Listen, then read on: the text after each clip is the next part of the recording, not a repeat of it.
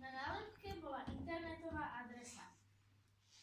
Ako tak ďalej kráčala po ulici, zrazu v diaľke uvidela záhradu, v ktorej bolo veľa mŕtvych. Pri pohľade na toľko mŕtvych dostala na ňu chuť. Tak sa rozhodla zajsť do obchodu na nápad. Popri tom ju zazvonil telefón. Zdvihla ho. V telefóne sa ozval lišiak, ktorý jej so strachom oznámil, že mu vykradli obchod v nohou. Rýchlo utekala do obchodu